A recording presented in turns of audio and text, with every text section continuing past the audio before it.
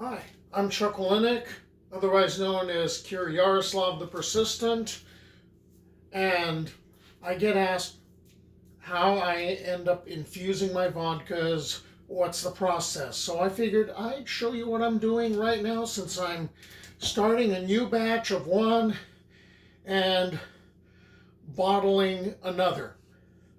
Very first thing that I do, I find the proper ingredients. Guess what? I used to use really expensive vodka.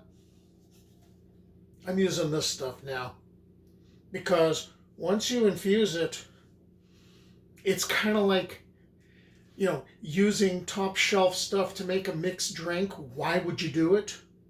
So this is what I'm going with. I also have a supply of mason jars, about 750 milliliters. That's the one that I prefer. These are the giveaways, because I have another batch that I can't seem to find any more of, so those are the ones that I do my mixing in. So what I'm working on right now is I'm working on honey, since that seems to be the big hit. And what I'm doing is basically putting in, I'm experimenting right now because every batch is an experiment.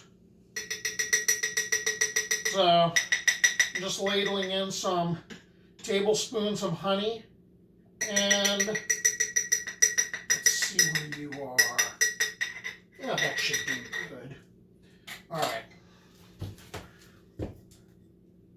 About that much honey. Sometimes I go to about there, but that might be a bit excessive. All right, next step, which is easy.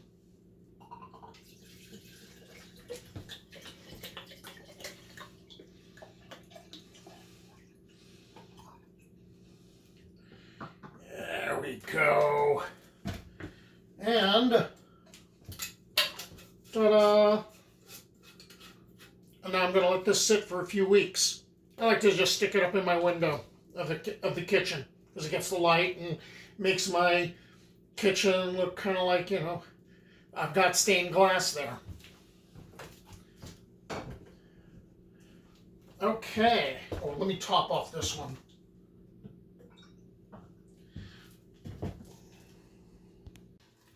Okay, so you're ready to pour off what's in the mason jars and what's been sitting there a while.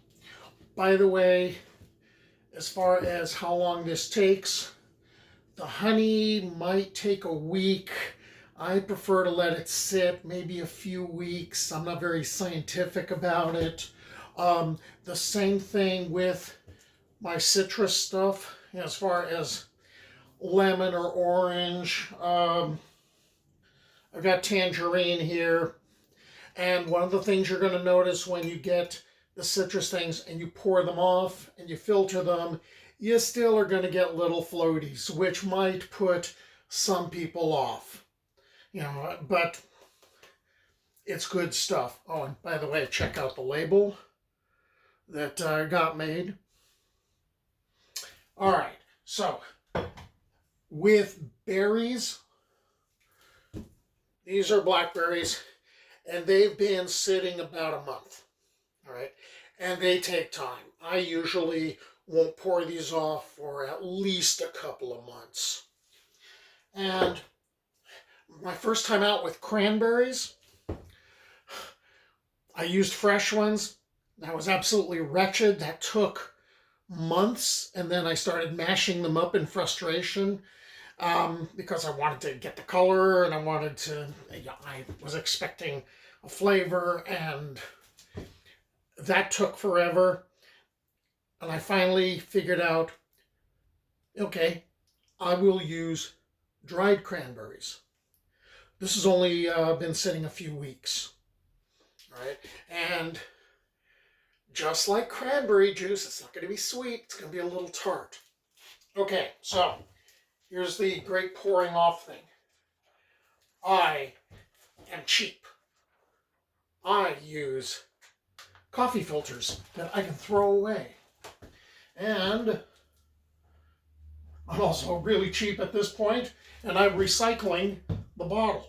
But I'm going to be putting most of these into mason jars only because I've seen people grab the bottle, if it's a familiar shape, and they take a drink out of it, and then they go, "Oh my God, what is that?" Because the shape of the bottle doesn't necessarily match the contents. All right, so you might be looking for Jack Daniels and you find vodka there, that's going to kind of twist your brain around. All right, then later I'm going to pour those off into the giveaway mason jars, which are going to get labeled because I kind of want a more of a universal thing. But all I'm doing is just simply topping this off,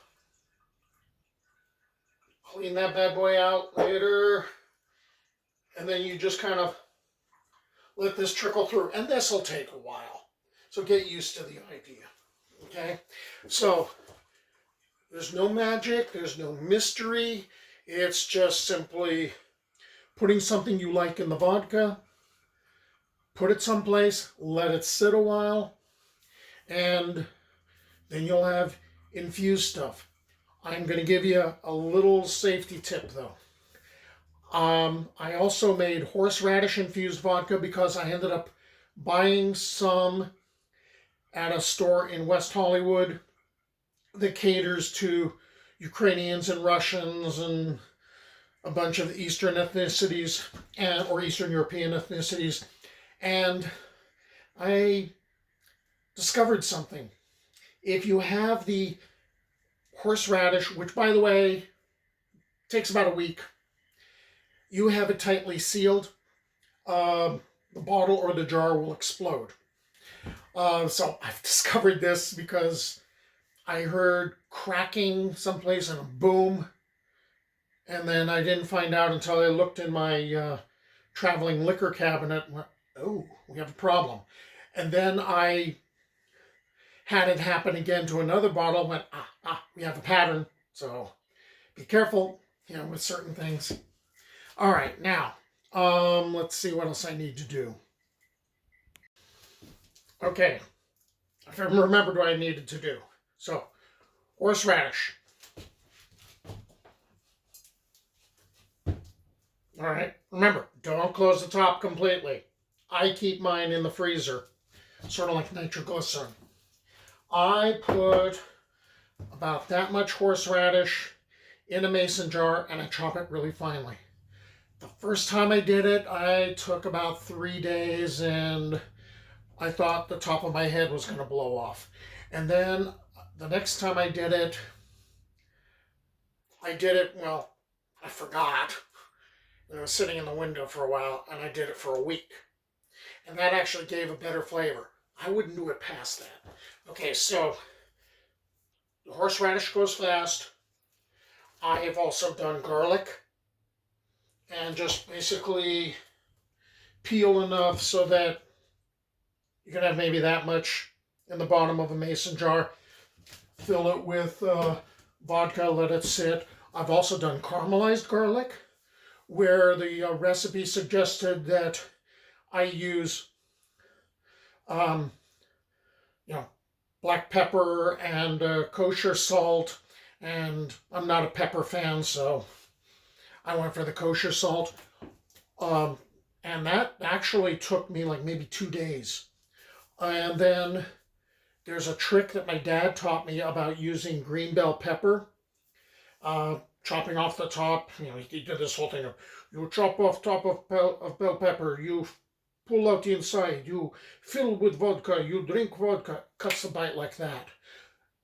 And I thought my dad deserved the Nobel Peace Prize because this was like really cool. And I've spent a lot of time teaching this to different bartenders. Well, I decided to cut out the middleman and I've been doing infusing. And I'm giving that about a week too. So I hope this helps you out on your journey. Oh, by the way, one other thing. If you're going to use other types of fruit like apricots and, peaches and things like that, look out. There's a lot of fluid that comes with it. You put that stuff in the freezer, you may watch it freeze. So I'm going to be trying these other types of fruit using dehydrated fruit. So I hope you enjoyed this. Budmo.